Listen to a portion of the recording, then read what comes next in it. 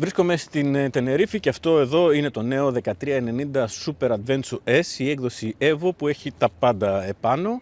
Έχει και λευγέ, ενώ δεν θα έπρεπε, γιατί είναι αυτόματη η μοτοσυκλέτα και έχουμε για πρώτη φορά, κυρίες και κύριοι, ένα αυτόματο κυβότιο φτιαγμένο για σπορ χρήση. Θα μου πείτε, δεν ήταν έτσι τα πράγματα? Όχι ακριβώς. Από την εποχή της Honda και μάλιστα μπορούμε να πάμε πίσω, από την εποχή της Yamaha, γιατί αυτή ήταν η πρώτη, έτσι ακριβώς, πριν από 20 χρόνια, δεν είχαμε σπορ κατεύθυνση στα κυβότια τα αυτόματα. Αυτό το πράγμα αλλάζει από τώρα. Ακόμα και από την BMW, ακόμα και από την Yamaha στην καινούργια της έκδοση, υπάρχουν εδώ πέρα κάποια δεδομένα τα οποία είναι τελείως διαφορετικά. Δεν το περιμέναμε αυτό. Εγώ περίμενα κάτι λίγο καλύτερο από την BMW, κυρίως γιατί σας έχω ήδη πει ότι το σύστημα της BMW δεν είναι ακριβώς εκεί που θα έπρεπε για αυτό τουλάχιστον το εύρος τιμής. Οπότε μου κάνει εντύπωση που η KTM στα χειρότερά της έφτιαξε κάτι από τα καλύτερά της. Πάμε ευθύς αμέσως να σας εξηγήσω ακριβώς τι σημαίνει αυτό.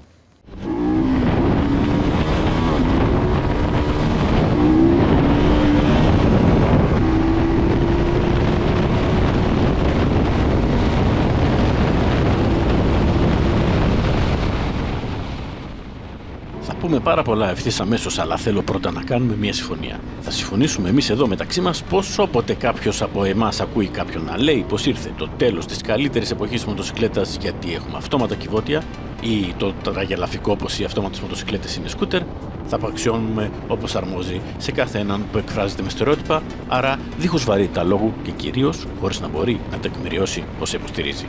Ακούστε, είναι πολύ απλά τα πράγματα. Για να μπορέσει κανείς να μιλήσει για το τέλος της μοτοσυκλέτας επειδή ήρθαν εκδόσεις με αυτόματο κυβότιο, θα πρέπει να σταματήσουν να υπάρχουν οι συμβατικές εκδόσεις.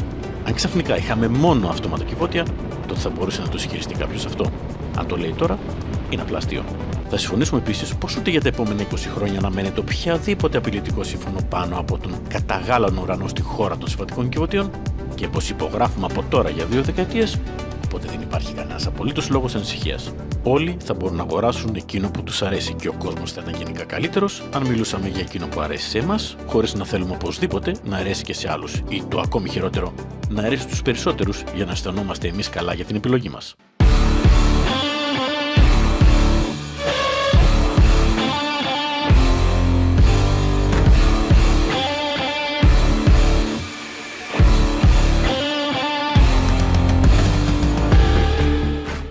Και μιας και είμαστε σε ένα καλό κλίμα πάνω των συμφωνιών, ας κάνουμε και μια τελευταία που έχω πει πολλές φορές στο κανάλι τελευταία.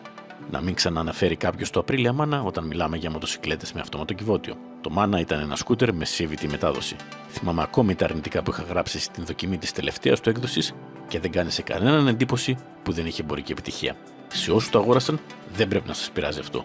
Πρώτα απ' όλα γιατί είναι η πραγματικότητα. Και δεύτερον, γιατί μαζί του δεν αποκτήσατε μετοχές στην Απρίλια.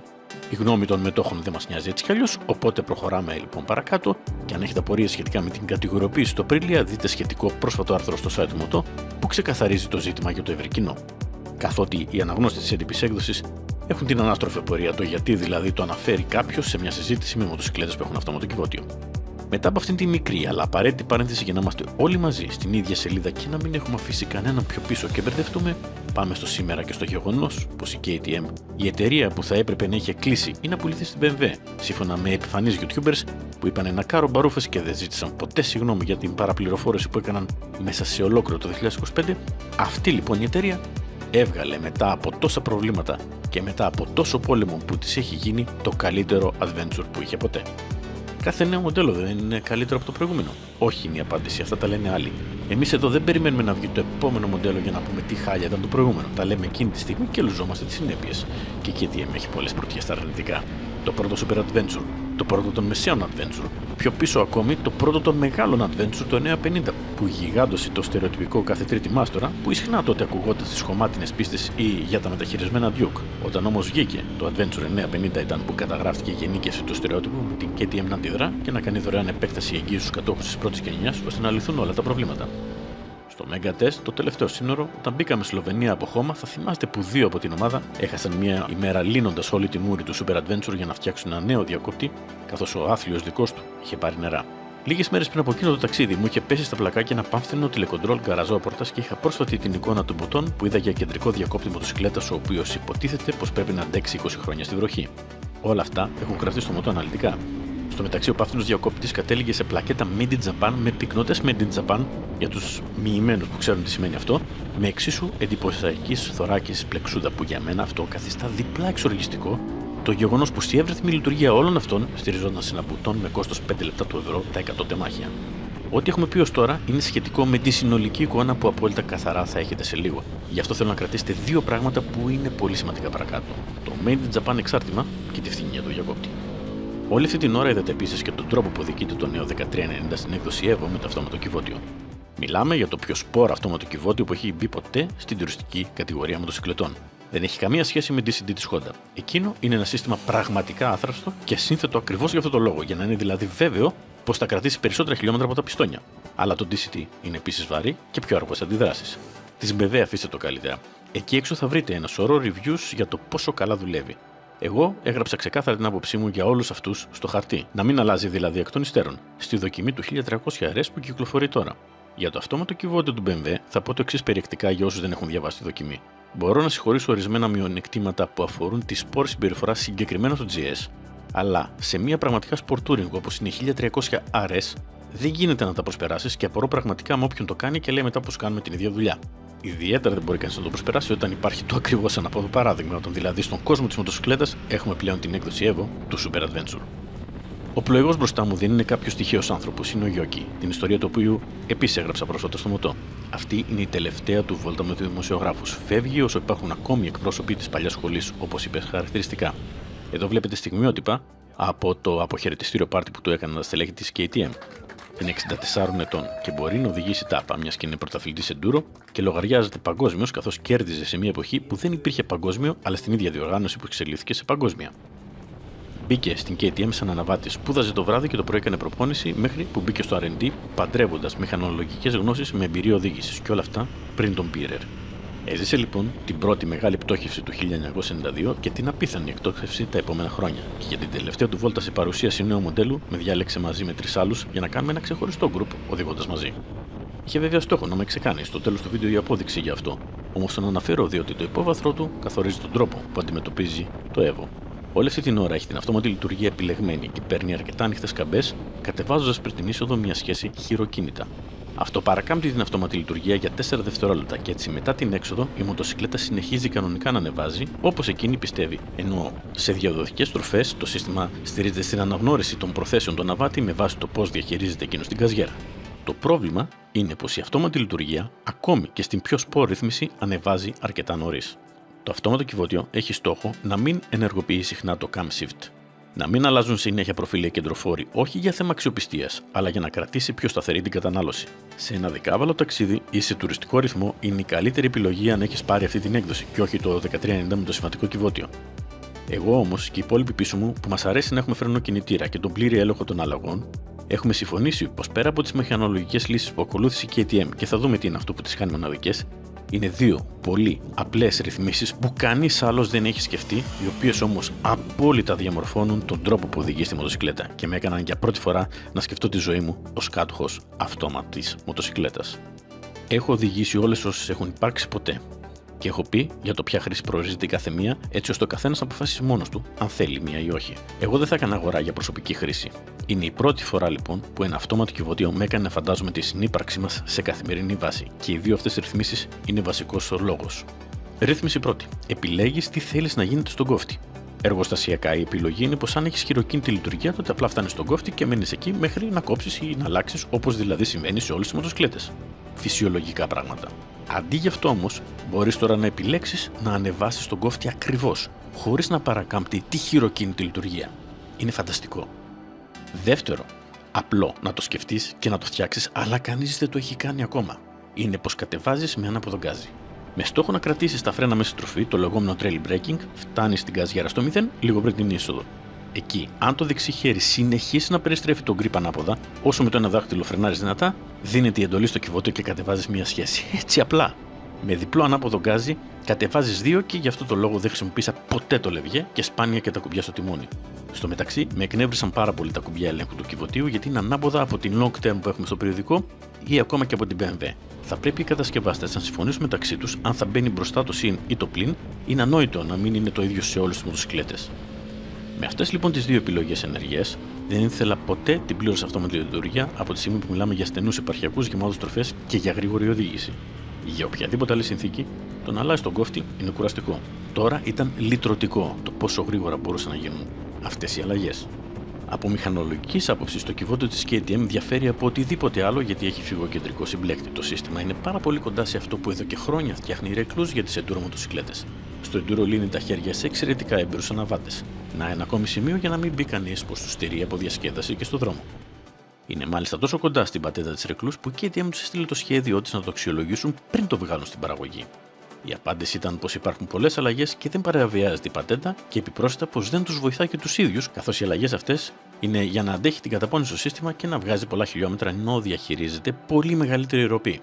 Εδώ θα πω εγώ πως υπάρχει μια χίλιος πτέρνα, καθώς αν η έκδοση Evo πέσει στα χέρια κάποιου που ξεκινά σε κάθε φανάρι σπινάροντας και κρατάει έπειτα τον πίσω τροχό σε περισσότερες στροφές από τον μπροστά, τότε χρησιμοποιεί περισσότερο το συμπλέκτη από εκείνο που θα έκανε μια συμβατική μοτοσυκλέτα και προφανώς θα υπάρχει μεγαλύτερη φθορά. Με τέτοια χρήση όμως, ένας τέτοιος άνθρωπος έχει ήδη μαζέψει 50.000 χιλιόμετρα χωρίς καμία διαφορά στο συμπλέκτη όταν τον άνοιξε. Τον γνωρίζω προσωπικά και είναι δοκιμαστής για το εργοστάσιο έχοντας επιβεβαιώσει από 2 πηγές τα ευρήματα. Δεν είναι πολλά αυτά τα χιλιόμετρα, αλλά είναι όσα πρόλαβε να κάνει στο διάστημα που η KTM δεν παρήγαγε, αλλά συνεχίζει να βελτιώνει. Η μοτοσυκλέτα αυτή θα παρουσιαζόταν το Φεβρουάριο του 2025, με λιγότερες δοκιμές και τελειοποίηση από αυτό που τελικά έφτασε να έχει όταν ξεκίνησε να παράγεται στα μέσα Σεπτεμβρίου. Σας διαβεβαιώ πως μόνο στην KTM υπάρχουν άνθρωποι που στην αβεβαιότητα απαντούν με δουλειά μέχρι να απολυθούν ή να τους ανακοινώσουν πως μένουν. Αυτός βέβαια ήταν και ένας από τους λόγους της οικονομικής καταστροφής, το πώς δηλαδή η πρώτη γραμμή της διοίκησης αντιμετώπισε αυτή τη μαγιά στελεχών. Ας μην ανοίξουμε όμως αυτό το κουτί της Πανδώρας, έχει καθίσει πάνω του ένας Ινδός και ούτε εκείνος δεν ξέρει αν θα το ανοίξει τώρα ή θα περιμένει λίγο να καταλαγιάσει η πίεση στο εσωτερικό του. Παραθέτω πραγματικό διάλογο που γίνεται μόνο με ανθρώπους της πορτοκαλί εταιρείας και ένα από τα πράγματα που θα λείψει περισσότερο από τη μοτοσυκλέτα αν το αλλάξουν οι Ινδοί στο μέλλον. Μιλάω με τον άνθρωπο που έχει σχεδιάσει το λογισμικό για το φανταστικό τάμπλετ που έχει αντί οθόνης η μοτοσυκλέτα. Είναι κανονικό τάμπλετ γιατί τρέχει Android, έχει RAM και σωματωμένη μνήμη για χάρτες και κάνει πλοήγηση απευθείας με αισθητήρα GPS χωρίς να χρειάζεται κινητό. Έχει μάλιστα και δυνατότητα να του βάλεις ηλεκτρονική SIM. Το αναφέρω το θέμα που τραβήξαμε στο Megatest. Ξέρω, μου λέει ακριβώς τι αναφέρεις και ξέρω και την περίπτωση. Είχα πάρει 2 μέρες άδειο όταν μου ήρθε μήνυμα ότι ένα 1290 έβγαλε πρόβλημα στο Megatest. Μου βγάλατε το διήμερο ξινό. Και του απάντησα πως αν διαλέγεις διακόπτες από τους προμηθευτές όπως διαλέγεις και τα αστεία σου, τρέφω λιγότερες ελπίδες ότι διορθώθηκαν τα πράγματα στο 1390. Ευτυχώς μου λέει είναι OK, είναι 3 φορές καλύτερος ο διακόπτης αυτός και μάλιστα έχουμε αλλάξει όλους τους διακόπτες πλέον σε όλες μας τις μοτοσυκλέτες. Το ντουλαπάκι μπροστά από την τάπα του ρεζερβουάρ ανήκει στην δικαιοδοσία του ίδιου στο μεταξύ, γιατί ο στόχος είναι να φιλοξενεί το κινητό του αναβάτη και κατάφεραν εδώ να κάνουν την ίδια πατάτα με την Ducati. Δεν χωρά τις τελευταίες ναυαρχίδες των εταιρεών, που είναι και το πιθανότερο πως θα έχει ένας ιδιοκτήτης 1390. Οπότε λοιπόν συνεχίζω την κουβέντα. Πώς γίνεται, του λέω, να υπάρχει το ίδιο πρόβλημα και στη Multistrada V4. Συνεννοούμενοι να ήσασταν, δεν θα το καταφέρνατε τόσο καλά. Πόσο δύσκολο είναι δηλαδή να μετρήσετε σωστά με βάση το τι κυκλοφορεί στην αγορά. Έχεις δίκιο, μου λέει και σε αυτό. Η αλήθεια είναι πως καταλαβαίνω όμως και την Ducati. Όταν σχεδιάστηκε αυτό το ντουλαπάκι, το μεγαλύτερο κινητό ήταν πολύ μικρότερο από όσα κυκλοφορούν τώρα. Εσύ, συνεχίζει ο φίλος μας να μου λέει, μπορείς να καταλάβεις ότι κυριολεκτό όταν λέω πως ο σχεδιασμός ενός μοντέλου ξεκινά την επόμενη μέρα από την έναρξη παραγωγής της νέας γενιάς. Οπότε, όταν σχεδιάζαμε τις αλλαγές στο χώρο αυτό, ήταν τους πρώτους μήνες της κυκλοφορίας του 1290 Super Adventure και δοκιμάσαμε κάθε συσκευή που υπήρχε τότε, υπολογίζοντας και για μία μικρή αύξηση του χώρου. Που να φανταστεί κανείς πως δεν θα μεγάλωναν λίγο, αλλά θα γινόντουσαν διπλάσια. Τώρα λοιπόν ξέρετε πως εκεί δεν χωρά κάποιο από τα μεγάλα κινητά και ξέρετε και το λόγο. Κάθε άλλη λεπτομέρεια ωστόσο είναι άψογα προσεγμένη μέχρι και στα ελαστικά πρώτης τοποθέτησης έβαλαν Dunlop Meridian, όχι Maxis και όχι Ιαπωνέζικα Sumitomo με ταμπελάκι Dunlop επάνω έχοντας το όνομα και καμία από τις χάρες τους. Στη χειρότερη στιγμή τους από το 1992 και μετά, η KTM έφτιαξε την καλύτερη των μεγάλων adventure και δεν τσιγκουνεύτηκε στις λεπτομέρειες. Ο προμηθευτής του κυβωτίου λέει όλη την ιστορία και γιατί δεν θα ασχοληθεί ποτέ κανείς να σας πει ποιος είναι και γιατί είναι σημαντική η επιλογή του, θα το αποκαλύψουμε εμείς εδώ τώρα. Είναι λεπτομέρεια που δεν θα βρείτε αλλού και είναι σημαντική. Η KTM πήρε λοιπόν πολλές προσφορές από διάφορους προμηθευτές όταν σχεδίασε και κατασκεύασε η ίδια το πρωτότυπο, ακούγοντας τις αλλαγές που προτείνουν και οι ίδιοι για τη γραμμή παραγωγής. Η διαδικασία αυτή είναι πολύπλοκη, ιδιαίτερα αν θέλεις να βρεις έναν προμηθευτή για το σύνολο και να μην πάρεις ξεχωριστά κομμάτια, κάνοντας εσύ την συναρμολόγηση. Είναι επίσης πιο σωστό να γίνει συναρμολόγηση από έναν με καλύτερη εξειδίκευση όταν πρόκειται για νέα τεχνολογία. Αυτό το στάδιο κράτησε πολύ καιρό πριν καταλήξουν στην FCC, την ιαπωνική εταιρεία που είναι νούμερο 1 στα υλικά σύμπλεξης για μοτοσυκλέτες στον κόσμο. Το Made in Japan λοιπόν συνεχίζεται εντός του 1390, γιατί από τα 14 εργοστάσια εκτός Ιαπωνίας που έχει η FCC προτίμησαν ο φυγοκεντρικός συμπλέκτης του 1390 Super Adventure S Evo να βγαίνει από το εργοστάσιο του Hamamatsu, που βρίσκονται τα κεντρικά γραφεία καθώς και το κέντρο έρευνας και εξέλιξης. Το σχέδιο, προσέξτε, είναι της KTM, όπως είπαμε. Στην πράξη δεν διαφέρει πολύ από ένα συμπλέκτη της Reclus με τις αλλαγές που πρότεινε η FCC ώστε να αντέχει την κτηνόδη ροπή σε βάθος χρόνου. Το τίμημα ωστόσο είναι πολύ μεγαλύτερο γιατί η FCC δεν παραδίδει απλά, αλλά οικειοποιείται πλήρως. Στο κυβότιο που σχεδίασε η KTM, στην δουλειά που έκαναν οι Αυστριακοί, η FCC πραγματοποίησε ορισμένες αλλαγές που αφορούν κυρίως τον τρόπο που βολεύει να γίνει η μαζική παραγωγή. Και αυτό της έδωσε το δικαίωμα της κατοχύρωσης. Όσο περίεργο και αν ακούγεται λοιπόν, οι Ιάπωνες πήραν την πατέντα και φυσικά στο μέλλον θα μπορούν να τη δώσουν σε κάθε έναν.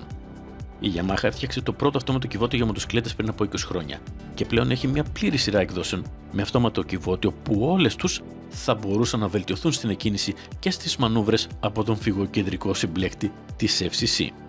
Στην σπόρο οδήγηση δεν έχει πρόβλημα η λύση της Yamaha και ειδικά στη χειροκίνητη δουλεύει όπως ένα πολύ καλό quick shifter. Είναι όμως λίγο απότομος ο τρόπος που κάνεις αναστροφή με το αυτόματο MT-09 ή προχωράς με πολύ μικρές ταχύτητες. Δεν μου αποκάλυψε ο άνθρωπος που σχεδίασε το αυτόματο κυβότιο της KTM πόσο καιρό έχουν δεσμευτεί οι Ιάπωνες πως θα το κρατήσουν μόνο για τους Αυστριακούς, πριν το προσφέρουν σε κάθε κατασκευαστή εκεί έξω. Αλλά βάσει εμπειρίας, από το ραντάρ της Ducati, η οποία το έδωσε στην Bosch και κίνησε όλους, από το cornering ABS που η Bosch με την KTM ανέπτυξαν μαζί και μετά το πήραν όλοι, το διάστημα αυτό δεν θα είναι μεγαλύτερο από μόλις 2 χρόνια. Ένας φυγοκεντρικός συμπλέκτης δεν κρύβει κάποιο φοβερό μυστικό ούτε απαιτεί κάποια προηγμένη λύση. Εκείνο που κερδίζει ο επόμενος κατασκευαστής είναι μια λύση έτοιμη που δουλεύει. Όλος ο κόπος KTM λοιπόν θα μπορεί σε πολύ λίγο καιρό να μπει αυτούσιο σε μια άλλη μοτοσυκλέτα. Φανταστείτε ένα Multistrada V4 με το ίδιο ακριβώς κυβότιο. Αν και η Ducati έχει ήδη ξεκινήσει τη δική της εξέλιξη και αναμένω με μεγάλο ενδιαφέρον να δω αν μπορεί να φέρει κάτι ακόμη καλύτερο. Το σημείο που σπατάλησε περισσότερο χρόνο η KTM ήταν να ερευνά τον τρόπο να βάλει μανέτα συμπλέκτη, να το κάνει δηλαδή να δουλεύει σαν το e-clutch της Honda, που πρώτη όμως στον κόσμο έβγαλε σε παραγωγή στις τρίτες μοτοσυκλέτες η MV Agusta την εποχή που ήταν στους κόλπους της KTM. Τι βλέπετε τη σύνδεση λοιπόν. Αντιλαμβάνεστε πόσο καιρό δοκιμάζουν πριν μας φέρουν αυτή την έκδοση. Στόχος τους ήταν να μπορείς να ακυρώσεις την αυτόματη λειτουργία μόλις ακουμπάς τη μανέτα, αλλά αυτό γεννά μια σειρά από τεράστια προβλήματα τα οποία στο σύνολό τους είναι ανυπέρβλητα. Λύνεις το ένα και το επόμενο είναι αδύνατο. Γυρνάς πίσω, παίρνεις άλλο δρόμο και ξανά το ίδιο. Επειδή ήδη είναι τεράστιο το βίντεο, θα πω μόνο το εξής απλό. Μιλώντας με τον άνθρωπο που έκανε όλη την εξέλιξη και είδε τον κόπο του να γίνεται πατέντα των Ιαπώνων, μοιάζει αδύνατο να μπει και μανέτα και έτσι τελικά να μην έχεις 2 εκδόσεις. Να έχεις μία που θα δουλεύει είτε με συμβατικό τρόπο είτε τελείως αυτόματα, η χειροκίνητα. Λευιές υπάρχει ήδη. Είναι τελείως ηλεκτρονικός και κάνει ακριβώς ό,τι και τα κουμπιά στα χειριστήρια και δεν τον χρειάζεσαι καθόλου. Μπορεί να φύγει άμεσα. Δεν το χρησιμοποίησα ούτε κατά λάθος, ξετρελάθηκα με το κατέβασμα στην ανάποδη περιστροφή της γαζιέρας, όπως ήδη εξήγησα. Πανέξυπνο και ακρός εξυπηρετικό στην γρήγορη οδήγηση. Το βασικό ερώτημα θα είναι πάντα ένα, μέχρι τουλάχιστον να πάψει να αποτελεί ζήτημα. Πώς κάνεις αναστροφή με τιμόνι τερμαγυρισμένο, χωρίς να έχεις ένα δάχτυλο στη μανέτα και να συμπλεκτάρεις όσο χρειάζεται και όχι μόνο παίζοντας με τον γκάζι. Από το DCT μέχρι το IMT συνεχίζει να αποτελεί ζήτημα τόσο στη Honda όσο και στη Yamaha. Λιγότερο στο GS, αλλά όχι τελείως 0. Εδώ είναι λοιπόν το σημείο που καταλαβαίνεις την πρώτη μεγάλη διαφορά. Πριν ανοίξεις τέρμα τον γκάζι, καθώς η KTM κρατάει η ίδια τη μανέτα που λείπει και κάνει όλη τη δουλειά που χρειάζεται. Ο αυτόματος φυγοκεντρικός συμπλέκτης αναλαμβάνει λοιπόν το πρώτο στάδιο. Από εκεί και πέρα ένας σερβομηχανισμός αναλαμβάνει να μετακινήσει τον άξονα του κυβωτίου όταν χρειαστεί να ανεβάσει ή να κατεβάσει και το κάνει αυτό σε μόλις 50 χιλιοστά του δευτερολέπτου.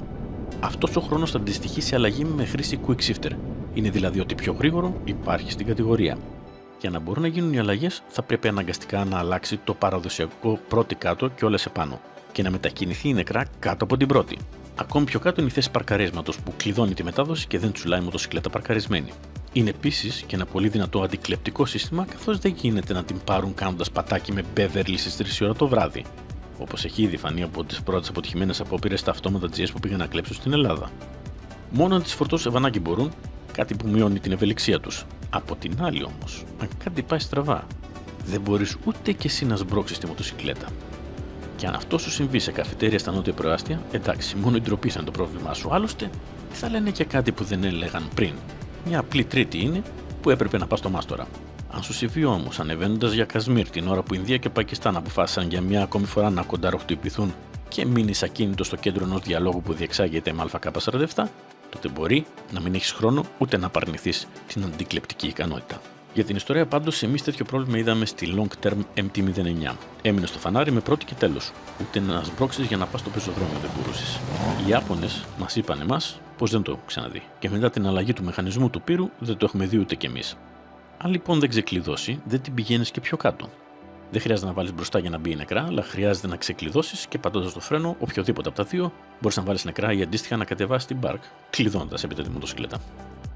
Στην αυτόματη λειτουργία του, το κυβότιο κάνει ό,τι μπορεί για να αλλάξει συμπεριφορά ανάμεσα στις αντίστοιχες καταστάσεις λειτουργίας, με την Comfort να βάζει έκτη λίγο πριν το σκορτσάρισμα, τόσο νωρίς.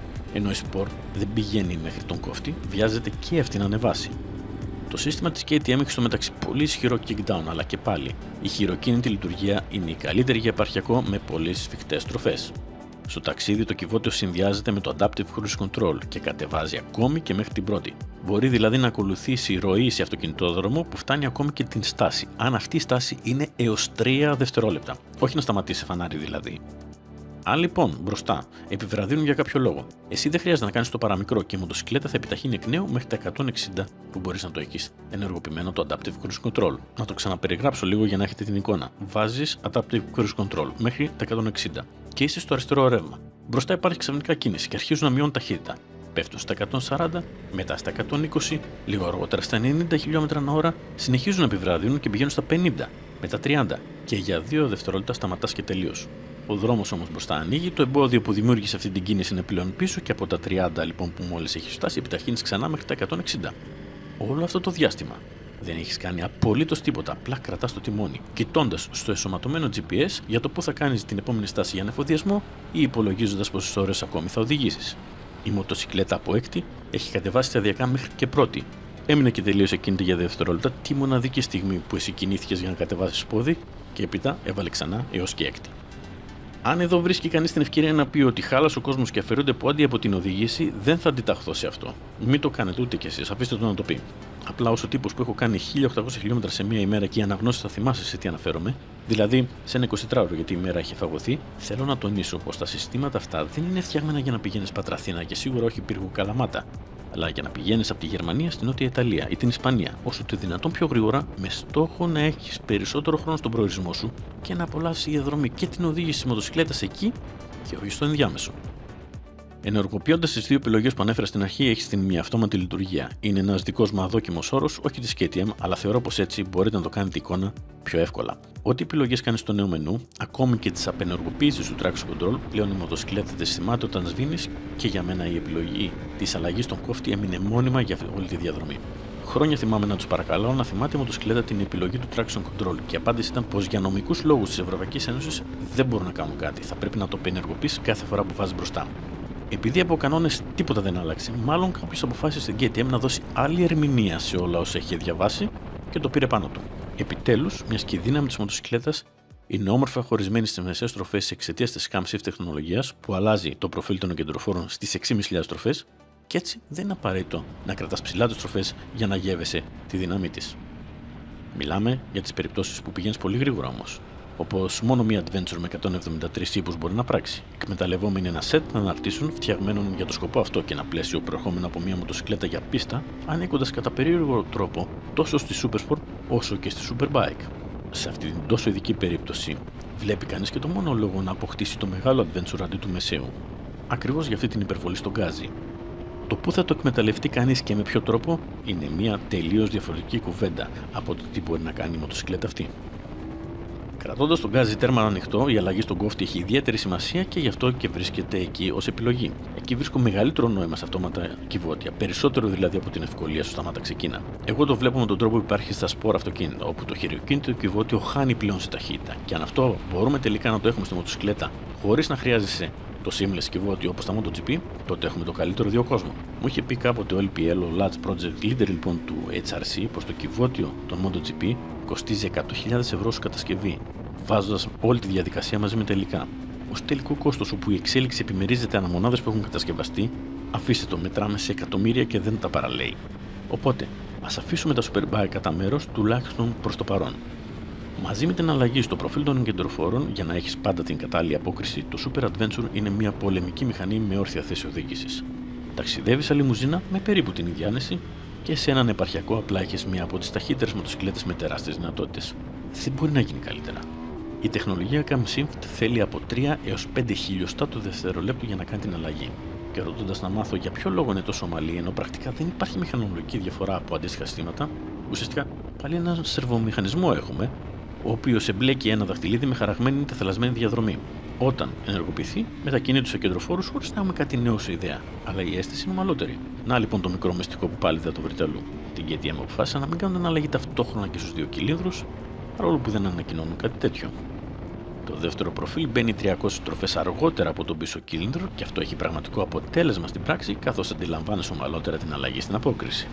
Η δύναμη αυτού του κινητήρα, που είδαμε ήδη στο 1390 Super Adventure R, ήταν κιόλας δεδομένη. Το ξάφνιασμα είναι ο τρόπος που αυτή περνά στον δρόμο και η τεράστια διαθεσιμότητά της. Η ευελιξία που η αρχιτεκτονική αυτής της μοτοσυκλέτας προσφέρει εξ σχεδιασμού της με το πλαίσιο χωροδικτύωμα και τις λεπτές διαστάσεις στο κέντρο, συμπληρώνει την εικόνα για τις απίστευτες δυνατότητες που σβεντάλια ανοίγονται μπροστά σου. Πολύ δύναμη σε άψογα ζυγισμένη μοτοσυκλέτα με ροπή χαμηλά και διάρκεια ψηλά, αφού έχουμε δύο προφίλ κεντροφόρων. Είναι ένας εκρηκτικός συνδυασμός και μπορούσε να χαλάσει μόνο από ένα πράγμα, ευτυχώς όμως δεν έπεσαν στην παγίδα αυτή. Η KTM από την πρώτη στιγμή είχε δεύτερη σκέψη για τον τρόπο που οι ημιενεργετικές αναρτήσεις επηρεάζουν τη σποροδήγηση, ιδιαίτερα από το πώς φορτίζουν τον εμπρός τροχό. Το έχουμε αναλύσει πολλές φορές ότι χωρίς να αλλάξει η γεωμετρία, χωρίς συμπίεση του πυρονιού και μετατόπιση κέντρου βάρους, δεν μπορείς να στρίψεις γρήγορα. Έχουμε δει διάφορες ρυθμίσεις, η καλύτερη είναι να έχεις και τους δύο κόσμους όμως. Αντί να απενεργοποιήσεις πλήρως ένα ακριβό σύστημα που το έχεις πληρώσει. Να μην καταλήγει δηλαδή σε το traction control. Φυσικά ανήκει στον πρόσθετο εξοπλισμό, όμως με ξεχωριστή ρύθμιση αποσβέσεων και με την προφόρτιση να ρυθμίζεται ενεργά, μπορείς να απενεργοποιήσεις την αντίσταση στη βύθιση που είναι πολύ εξυπηρετική στο ταξίδι και στις βόλτες και τη θέλεις εκείνες τις ώρες όταν οδηγείς με τον τρόπο που περιέγραφα πιο πάνω για το ταξίδι με το Adaptive Cruise Control.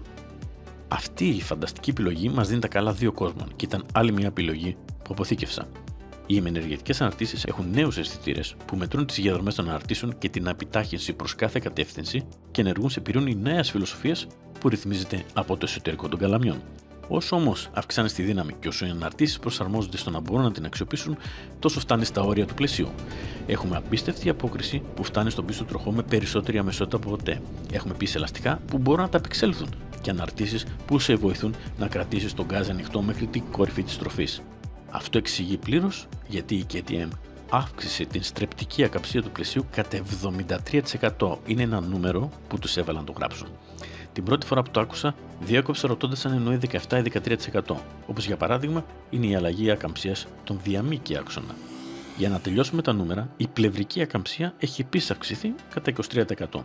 Όλα τους μεγάλα ποσοστά, αλλά δεν συγκρίνονται με την αλλαγή στρεπτικής ακαμψίας. Είναι ένα τεράστιο νούμερο που αλλάζει τον τρόπο που οδηγεί στη μοτοσυκλέτα και είναι και επικίνδυνο νούμερο γιατί μπορεί να οδηγήσει σε μειωμένη ευελιξία αν κάνεις μόνο αυτή την αλλαγή. Τα πρώτα Hypermotard 1100 της Ducati ήταν ένα τέτοιο ακραίο παράδειγμα όπου δεν μπορούσες να το οδηγήσεις πουθενά εκτός πίστας και εκεί μέσα μόνο όταν πήγαινες πολύ γρήγορα. Μεμονωμένα φαντάζει μια λάθος επιλογή που εξηγείται μόνο όταν τον δεις στο σύνολο και πραγματικά την κατανοείς όταν πηγαίνεις τέρμα. Θα μαντέψω από τώρα την επόμενη μεγάλη αλλαγή του 1390 μετά από 5 χρόνια. Δεν θα είναι ο κυβισμός, άλλωστε δεν χρειάζεται για να ανέβουν περισσότερο τα άλογα. Σας το λέω όμως από τώρα και θυμηθείτε το, πως θα υπάρχει ένα τελείως νέο πλαίσιο, κάτι που ακόμη δεν έχουν φτιάξει και που δεν ήταν απαραίτητο να γίνει τώρα. Θα γίνει αναγκαίο αν αλλάξει κάτι από το υπέροχο αυτό σύνολο. Η γεωμετρία θέσης οδήγησης έχει επίσης αλλάξει για να εξυπηρετήσει τα νέα δεδομένα με 30 χιλιοστά φαρδύτερο τιμόνι σε ελαστιχένιες βάσεις για να εξαλείφονται οι κραδασμοί, αλλά ευτυχώς χωρίς το μειονέκτημα των στρεβλώσεων που έβλεπες στην προηγούμενη γενιά του S1000XR και είναι ένα από τα αρνητικά αυτής της λύσης. Νέα τεχνολογία υλικών και σε αυτό το σημείο λοιπόν, για να πιάνεις τον τάβρο από τα κέρατα και να παλεύεις μαζί του από στροφή σε στροφή. Τα μαρσπιέ έχουν τοποθετηθεί 8 χιλιοστά πιο κάτω και 10 χιλιοστά πιο έξω. Όμως για να αξίσεις κάτω θα πρέπει να μειώσεις την προφόρτιση πίσω σε μεγάλο βαθμό. Δεν ρυθμίζεις προφόρτιση μπρος, όμως έχεις τεράστιο εύρος ρυθμίσεων πίσω ώστε να το συνδυάσεις με το D-Dive αν θέλεις, ή απλά να το ακυρώσεις και μαζί, είτε να σηκώσεις τον πίσω τροχό για να έχεις καλύτερο μοχλό από στροφή-στροφή και πιο έντονο φρενάρισμα μπρος, είτε να το χαμηλώσεις για περισσότερη σταθερότητα ακόμη και με στροφές, αναλόγως διαδρομής αυτό, όπως επίσης φορτίου και στυλοδήγησης. Οι επιλογές είναι ανεξάντλητες, κυρίως επειδή το σύνολο ακούει τόσο καλά από κλικ σε κλικ. Η KTM λέει πως δεν έχει εφαρμόσει διαφορετική χαρτογράφηση για πρώτη και δευτέρα σχέση στο κυβότιο, όμως η μοτοσυκλέτα επιταχύνει πολύ γραμμικά από στάση, αντί να έρχεται καπάκι με απενεργοποιημένο το traction control. Σηκώνει σούζα προφανώς, είναι κάτι που κάνει με τεράστια ευκολία, αλλά δεν σε χτυπάει ζελατίνα στο κούτελο να κοιτάς το επόμενο κλάσμα ανάποδα πίσω. Στην αλλαγή της τρίτης δεν θα κάτσει κάτω αν έχεις κρατήσει τον γκάζι ανοιχτό. Και με δεδομένο πως το πόδι σου καλύπτει το πίσω φρένο και διορθώνει, το θέμα του πόσο μακριά θα πας στην μία ρόδα έχει να κάνει με τον δρόμο εμπρός. Δεν υπάρχει άλλος περιορισμός. Μιλώντας για σούζα ισχύως και όχι ισορροπίας που γίνεται με λιγότερα χιλιόμετρα, η μοτοσυκλέτα θα πρέπει να έχει συνέχεια την ισχύ που χρειάζεται για να μείνει στον αέρα και αυτό συμβαίνει ακόμη και με πέμπτη στο κυβότιο.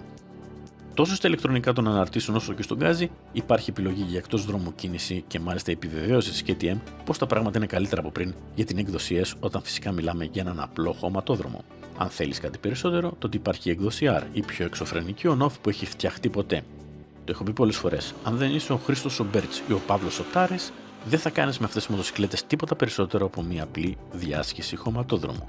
Ας αφήσουμε το χώμα λοιπόν για την έκδοση S, θα την πάρουμε μαζί μας σε Mega Test και εκεί θα κάνει πράγματα που ξεπερνούν κατά πολύ τον μέσο όρο. Και για χώμα, κρατήστε προς το παρόν το μοναδικό βίντεο δοκιμής που υπάρχει εκεί έξω σε παγκόσμια πρωτιά με την έκδοση R. Υπάρχει η κατάσταση λειτουργίας ραλί ώστε να προσαρμόσει το Evo για το χώμα, αλλά στην πράξη είναι καλύτερη για παιχνίδι στην άσφαλτο βάσει των επιλογών που σου δίνει. Και όχι ότι θα κάνει κάποιος πραγματικό ράλι επιλέγοντάς την. Οι ρυθμίσεις του ABS έχουν επίσης μεγαλύτερο νόημα στην άσφαλτο χωρίς πρόσφυση, με καλοδεχούμενη την απενεργοποίηση στον πίσω τροχό και παιχνίδι στην είσοδο των στροφών. Όλα αυτά τα διαχειρίζεσαι από την καλύτερη οθόνη που υπάρχει αυτή τη στιγμή στην κατηγορία, όχι γιατί είναι αφής ή μεγάλη και τοποθετημένη κάθετα, αλλά γιατί όπως είπα στην αρχή έχει το δικό του λειτουργικό σύστημα και ενσωματωμένο GPS καθώς και ηλεκτρονική SIM.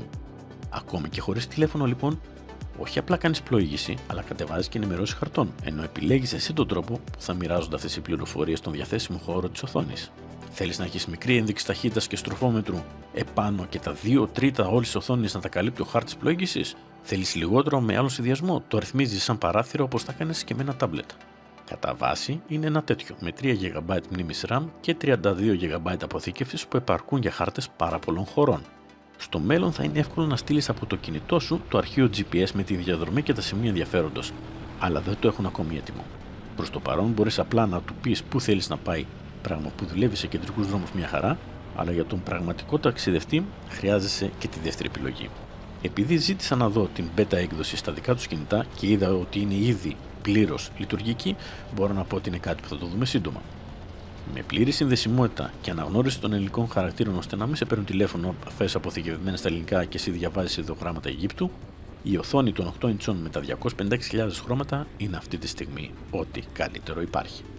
Από τα 65.000 που υποστήριζε πριν και με επίστρωση που δεν αφήνει δαχτυλικά αποτυπώματα, δεν δημιουργεί αντανακλάσεις και έχει άμεση απόκριση, ένα μόνο έλειπε για να συμπληρωθεί η εικόνα. Ο διακόπτης τύπου joystick, το 5 κατευθύνσεων και φυσικά η μεγάλη αλλαγή του, όπως είπαμε πολύ πάνω στην αρχή, το εσωτερικό του δηλαδή, που δεν θα χαλάσει από τη βροχή στη μέση της Κροατίας μακριά από κάθε συνεργείο. Μέσω των νέων διακοπτών και της φανταστικής οθόνης που φτιάχνει στην Taiwan, έχεις πρόσβαση στο φανταστικό και άκρως παραμετροποιήσιμο μενού με τρόπο άμεσο και εύκολο. Μένει τώρα να συμφωνήσουν όλοι μαζί οι κατασκευαστές στο πού θα είναι το συν και το πλήν στους διακόπτες του αυτόματου κυβωτίου για όλους εμάς που ανεβοκατεβαίνουμε σε διαφορετικές έλες και πρέπει να θυμόμαστε τη σειρά που τα βάζει καθένας για να μην βρεθούμε να ανεβάζουμε Τετάρτη φερνάροντας δυνατά με Τρίτη πριν τη στροφή. Ο ενιαίος μπάσος ήχος του δυνατότερου δικύλινδρου νοφ με αλλαγές που δεν γίνονται πιο γρήγορες και πιο ακριβείς από κανέναν, σε ένα σύνολο με φανταστικές αναρτήσεις και τα κορυφαία φρένα που ήδη ξέραμε, φέρνουν όλα αυτά μαζί το πλαίσιο στα όρια του. Και μαζί και τις δυνατότητες τις δικές σου. Δεν ξέρω απλά πώς θα γίνει καλύτερο σε 5-6 χρόνια από τώρα. Όπως πάντα, θα βρουν τρόπο να κάνουν κάτι ακόμη καλύτερο και ταχύτερο. Άλλωστε, μαντέψαμε ήδη ποια θα είναι η επόμενη αλλαγή. Όμως για αρκετά χρόνια από εδώ και πέρα, το νέο 1390 Super Adventure θα είναι απλά ό,τι πιο γρήγορο ταξιδεύει μέχρι μακρινούς επαρχιακούς και στρίβει εκεί, προσέξτε, σαν να ήταν μια γυμνή σπορμοτοσυκλέτα. Η Ducati είχε πει πως δεν γίνεται να βγάλει αυτή την απόδοση από έναν δικύλινδρο που είναι και οδηγήσιμος και πέρασε στην V4 εποχή, φτιάχνοντας μια φανταστική μοτοσυκλέτα και μάλιστα έβαλαν τέλος στη διαμάχη της υποδύναμης σε αυτή την κατηγορία για κάποια χρόνια, έχοντας φυσικά κερδίσει. Τώρα περνάμε σε κάτι διαφορετικό. Ανοίγουμε τη μάχη και την εξαπλώνουμε και στον τρόπο οδήγησης, και εκεί ο απόλυτος νικητής θα βγει σε ένα πραγματικό συγκριτικό. Μέχρι στιγμής το 1390 στρίβει με τρόπο μοναδικό στην κατηγορία, και αν εκμεταλλευτείς το αυτόματο κυβότιο για να κάνεις ταχύτερες αλλαγές, τότε οι δυνατότητες του ξεφεύγουν.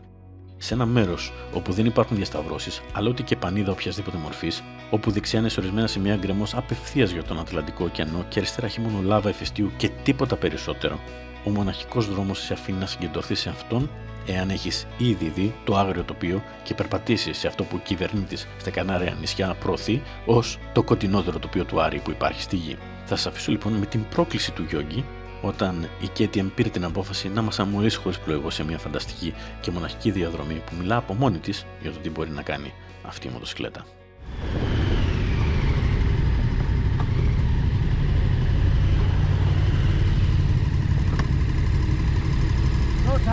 Yeah. From now on, you can navigate on your own. Okay. At 1:30 Okay. in an hour, I would like you to be there, Thomas. I will do it. Okay. Okay. Bye bye.